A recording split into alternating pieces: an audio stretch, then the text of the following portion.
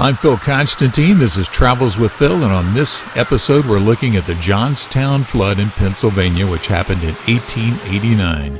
You can see Johnstown here a little bit east of Pittsburgh, and it was the scene of one of the top 10 worst natural disasters in United States history. You can see the lake over on the right-hand side, then the river going up through the top, the Little Kanawha, and it coming into the Johnstown town area in Pennsylvania. Travels with Phil continues from Pennsylvania. A beautiful valley out here. This general area right over in here, there's an earthen dam. And this plain out here was a lake that was about a mile wide and 2.5 miles long. May 31st, 1889. Dam here in a heavy rain collapsed. Middle section went away and a wall of water went down the valley all the way to Johnstown. Many of you have heard of the Johnstown Flood, even if you don't know much about it. In the space of less than an hour, 2,200 people were killed by the flood. Destroyed bridges, trains, buildings. Johnstown was right at the very bottom of a juncture between two rivers, which is in this general direction over here, the Stony Creek and the Kanawha rivers. And it was just bottomland, very narrow valley. So when the waters came through, some places they said the wall of water was about 40 feet high. It literally picked up railroad engines and washed it along, destroyed factories, farms, houses, buildings. Beautiful valley. Sad story. Now these are some of the old photos that were taken during the era, and the debris was 40, 50 feet thick in some spots. There was a very large railroad bridge in the city of Johnstown, and it acted as sort of a dam for a lot of the debris coming downstream. But it wiped out most of the city, not completely. This was a bridge going across right about where the river crossed one of the earlier parts before it got to Johnstown. They did have people coming in to stand on the debris, so you get some sort of proportion of how big things were. This is the bridge I was telling you about where the debris built up.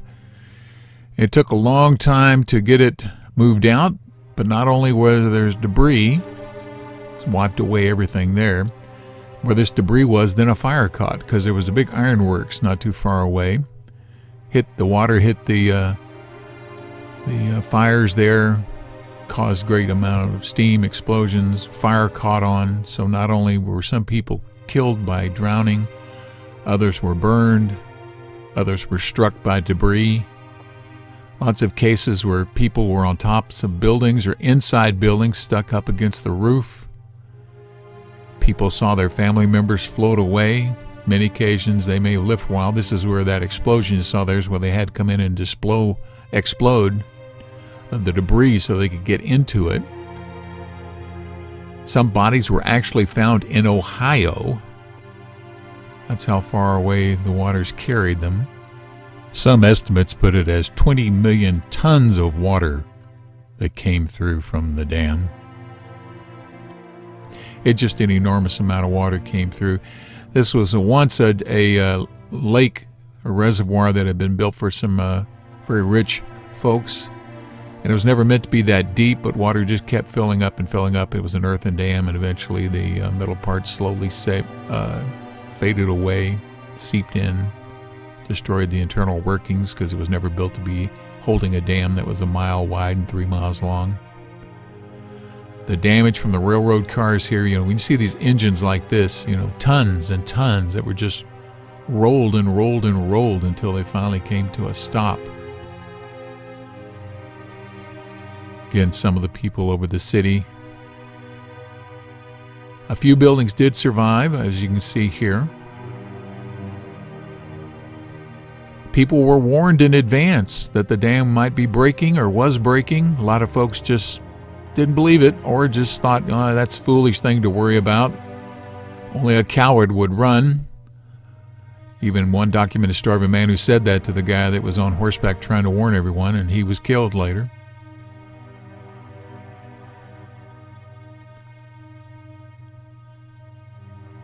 Of the top 10 worst natural disasters in the United States, some rank it as third, some rank it as 8th or 9th, depending on hurricanes.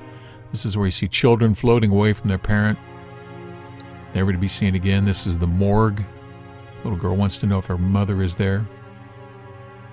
Other examples of the morgue. This is what it looks like when all the debris caught fire. And this is a picture of the man who tried, one of the men who tried to warn the people, but not everybody listened. 2,209 people. This is the entire list, including those who were never identified, who died in the flood in Johnstown, May 31st, 1889, in Pennsylvania.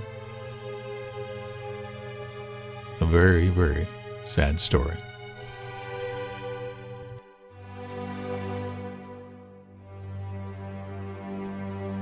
Thank you for watching this video. If you liked it, please give it a thumbs up by clicking on the button below.